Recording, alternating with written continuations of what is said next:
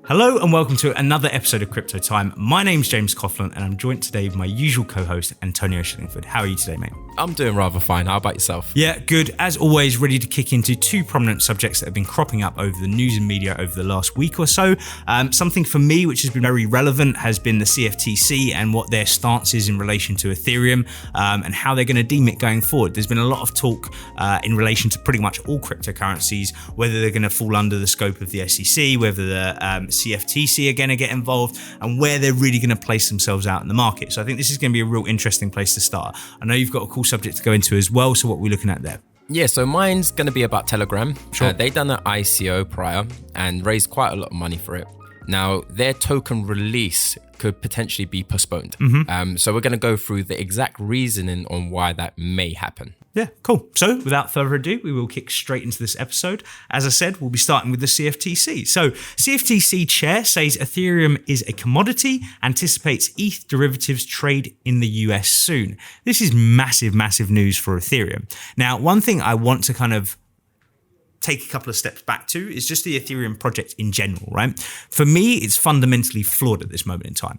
The reason it's fundamentally flawed is because we've had a couple of killer apps that have been placed on top of it. And when I say a couple, what I really mean is one. And by that one, I mean CryptoKitties. We've mentioned it before on this show, and we said it's a bit of a silly idea, but it did gain a lot of traction through the Ethereum network. Now, what we have seen is Ethereum is failing in terms of what it's trying to actually achieve. Now, as we know with cryptocurrencies, there are ways that they can obviously upgrade their protocol and make these things go away. But as it stands at the moment, I'm seeing a fundamental problem which I'm not particularly happy with as it stands. Do you have anything to comment on that side of things? Yeah, end of the day, if a project can't scale, it can't scale. And as soon as you start getting a good amount of users, you just come to a situation where everything stagnates because you just can't support the amount of people that are wanting to use your network. And that's the situation with a lot of cryptocurrencies out there, and especially Ethereum, because of course it was supporting a lot of these other ICOs that have been created. A lot of those ICOs used Ethereum as the foundation. Yeah, I think that's a good point to add on to that side of things. Moving on to a couple of the bullet points that I've got from the Yahoo Finance article. At the Yahoo Finance Summit, the CFTC chair, Heath Tarbert, said he believes that ETH falls under the oversight of the CFTC and anticipated that the CFTC allowing Ether derivatives to trade in the US market in the near future. So that, again, like I said, is big news around the actual space. Not only that, but the CFTC chairman, who has obviously just taken over the role in July, has come to a decision on its status. Tarbert believes that Ethereum is a commodity, thus falls under the jurisdiction of the CFTC. This was a statement that he made around this comment, which I thought was quite relevant to obviously this subject.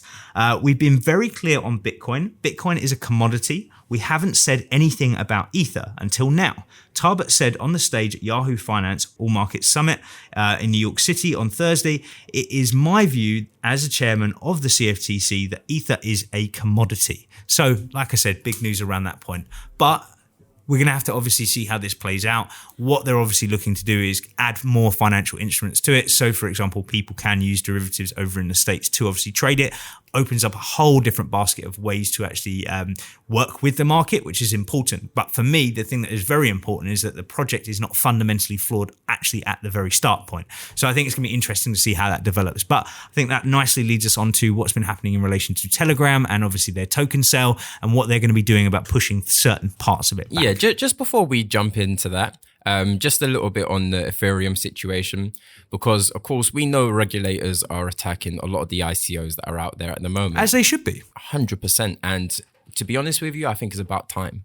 I just want them to start slapping bigger fines on the ICOs that have hindered cryptocurrencies moving forward. Yeah, so like that EOS conversation that you had with Stephen, obviously on this exact show, it was interesting to see how, for example, EOS had raised such a huge amount. Now, I know there's some obviously speculation whether they did raise the amount they did or whether that, you know, it was slightly different from that. But whatever way you want to look at it, it was well over $1 billion that was raised, right? And when they have a fine such as, what was it, $24 million US, something like that? Yeah, around that. Yeah, around that kind of figure. For me, like you said, that isn't a proper fine. That is literally like a nothingy thing to EOS as it stands at the moment. So it's a tiny slap on the wrist. Yeah. So if you actually want these people to, pay attention to what you're trying to do, scare them into some sort of, reasoning to actually ensure that they are doing things properly going forward. So I think it's interesting to see. And around I think that. why Ethereum got the pass is because they didn't actually go through an ICO process,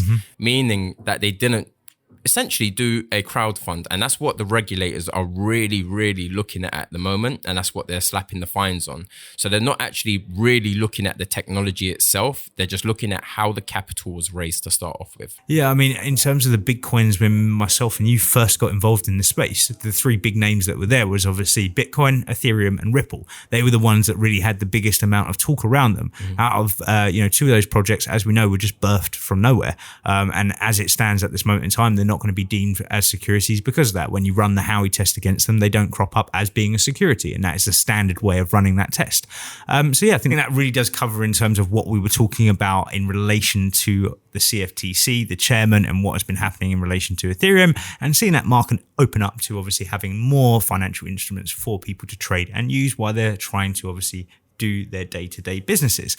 So, like I said, I think that really does cover that subject properly. Let's move straight into Telegram. What's been happening with Telegram and why might they be pushing this whole token sale back?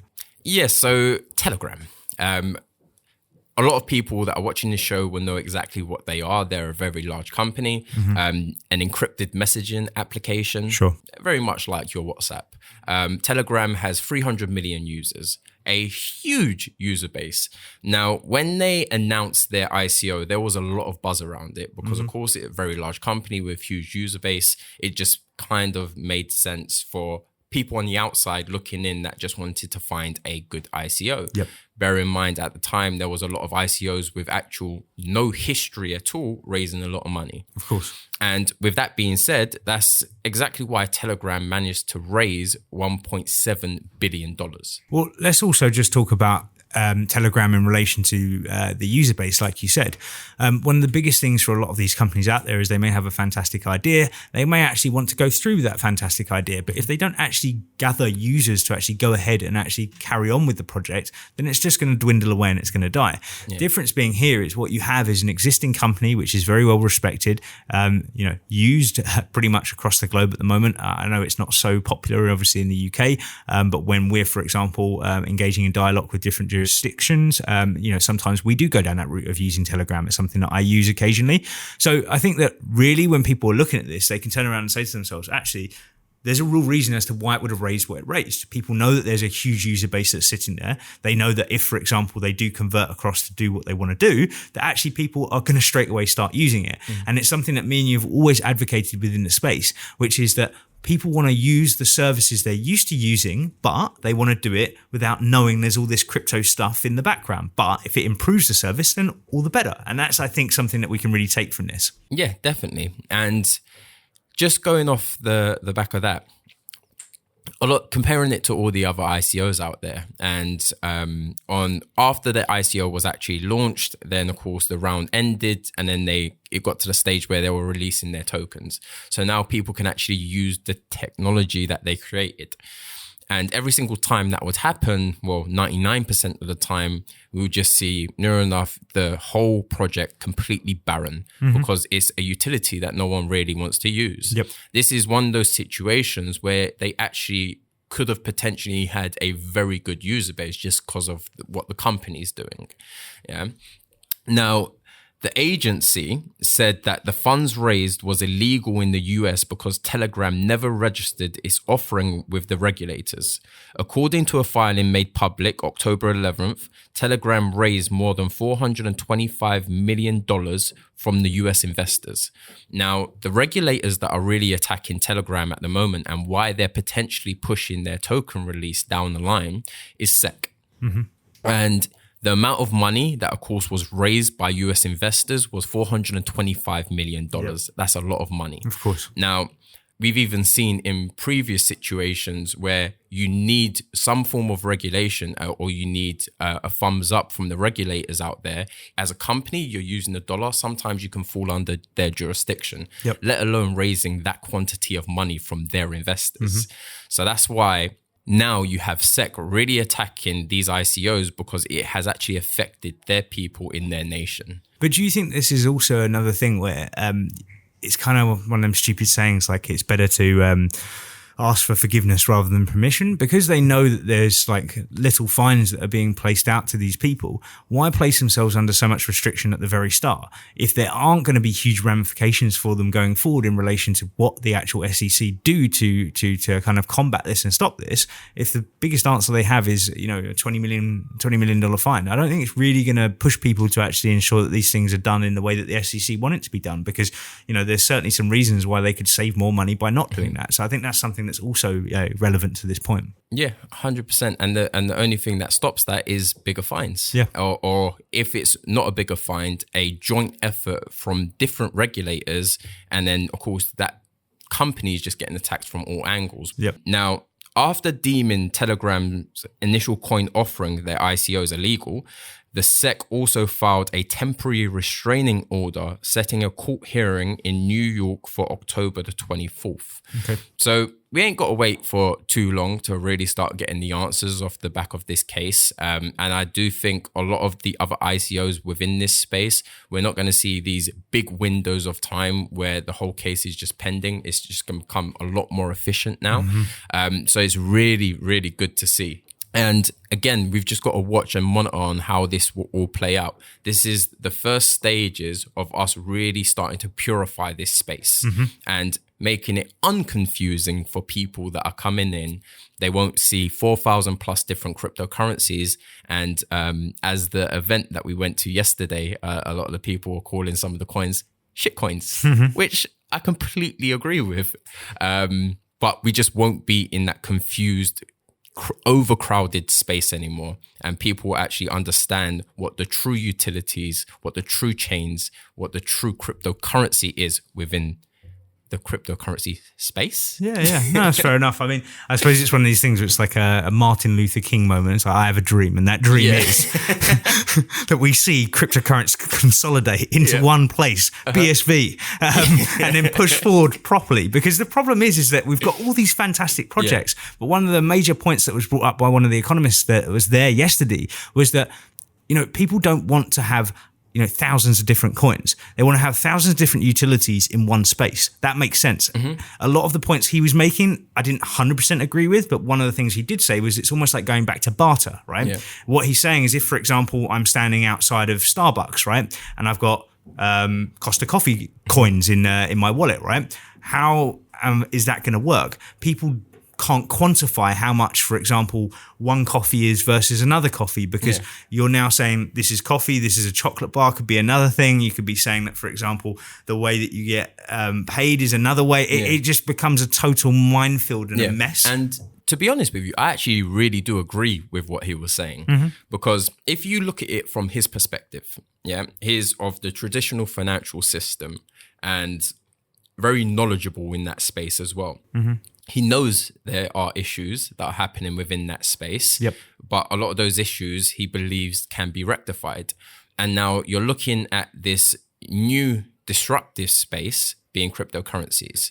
And within the 10-year period, what have we really achieved? Not that much, because there has been a lot of manipulation that has happened within this space. So if you're on the outside, and this is what we've always said as well, the space needs to condense, unconfuse everything that's going on. That means getting rid of the 4,000 different cryptocurrencies, meaning that you are now taking away his opinion of this space being a barter system, because again, that doesn't make sense. If you can have a token for Pepsi and if you can have a token for Coke, don't make sense.